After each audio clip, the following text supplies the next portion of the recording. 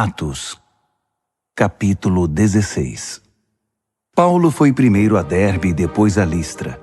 Ali encontrou um discípulo, Timóteo, filho de uma mãe judia muito consagrada e de pai grego. Todos os amigos em Listra e Icônio garantiram que ele era um rapaz excelente.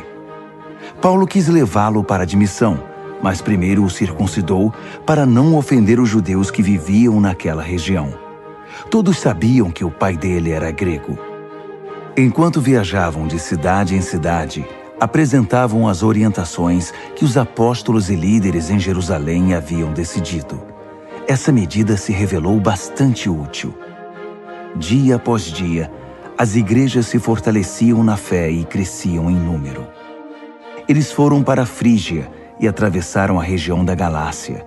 O plano era seguir na direção oeste até a província da Ásia, mas o Espírito Santo impediu que prosseguissem. Eles foram para a Mísia e tentaram seguir para o norte até Bitínia, mas o Espírito de Jesus também não os deixou ir para lá.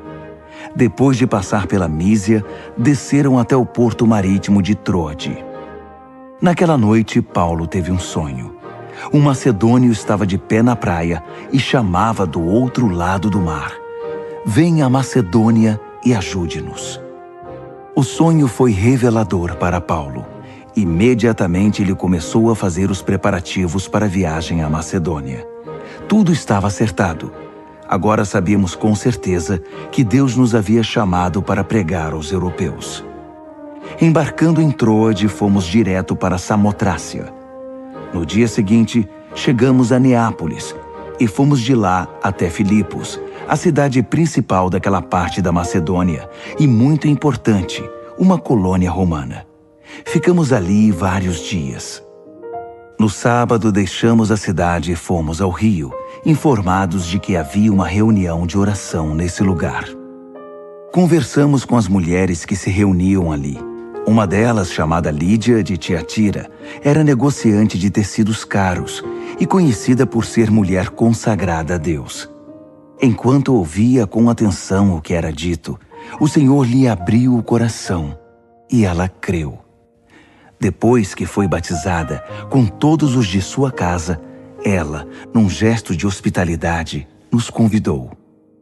"Se vocês confiam que sou uma de vocês e que creio no Senhor, venham para minha casa e sejam meus hóspedes." Nós até hesitamos, mas ela não aceitaria um não como resposta. Depois disso, num outro dia, a caminho do lugar de oração, uma escrava ficou andando atrás de nós. Ela tinha um espírito de adivinhação e havia ganhado muito dinheiro para seus donos. Ela começou a seguir Paulo por toda parte, chamando a atenção de todos para nós. "Estes homens servem o Deus Altíssimo! Eles estão abrindo o caminho da salvação para vocês!" Ela fez a mesma coisa durante vários dias, até que, não suportando mais, Paulo voltou-se e ordenou ao espírito: "Saia, em nome de Jesus Cristo! Saia dela!" E na mesma hora, o espírito saiu. Quando os donos dela perceberam que o negócio lucrativo tinha ido por água abaixo, foram atrás de Paulo e Silas e os levaram à praça do mercado.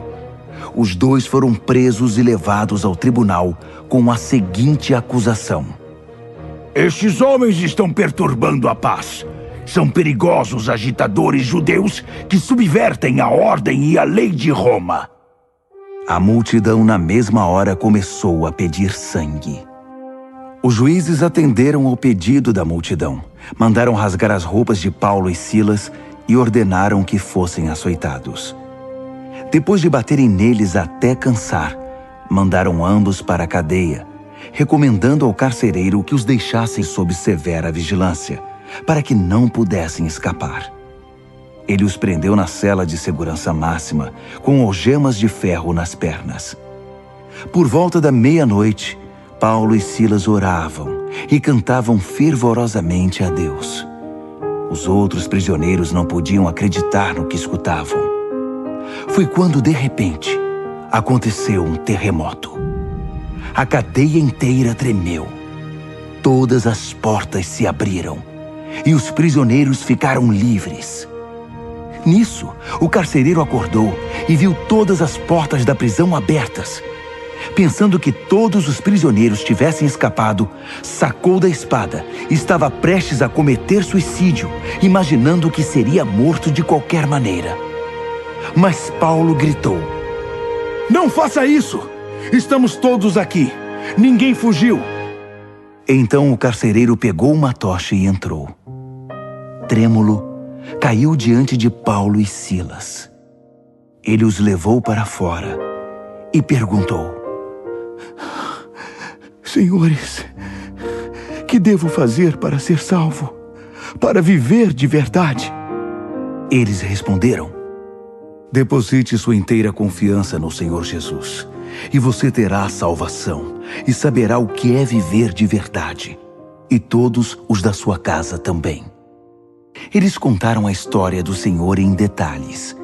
Toda a família estava reunida agora. Ninguém quis dormir naquela noite. O carcereiro os deixou à vontade e cuidou dos ferimentos deles. Ele nem pôde esperar amanhecer e foi logo batizado com toda a família. Depois ofereceu uma refeição em sua casa. O clima era de festa, uma noite para ninguém esquecer. Ele e sua família creram em Deus e todos na casa participaram da celebração. Ao raiar do dia, os juízes enviaram oficiais de justiça com a seguinte ordem: libertem esses homens. O carcereiro deu a notícia a Paulo. Os juízes mandaram dizer que vocês estão livres para seguir o caminho de vocês. Estão livres. Vão em paz. Mas Paulo não se moveu e disse aos oficiais de justiça: Eles nos espancaram em público e jogaram na cadeia legítimos cidadãos romanos. Agora querem resolver a situação por baixo dos panos? Nada disso. Se nos querem tirar daqui, que venham eles mesmos e nos libertem à vista de todos. Os oficiais de justiça deram o recado, e os magistrados entraram em pânico, porque não imaginavam que Paulo e Silas fossem cidadãos romanos. Eles correram para lá, apresentaram suas desculpas e pessoalmente os acompanharam, implorando que saíssem da cidade pacificamente. Depois que saíram da cadeia, Paulo e Silas foram para a casa de Lídia, a fim de rever os amigos e encorajá-los na fé. Só então seguiram caminho.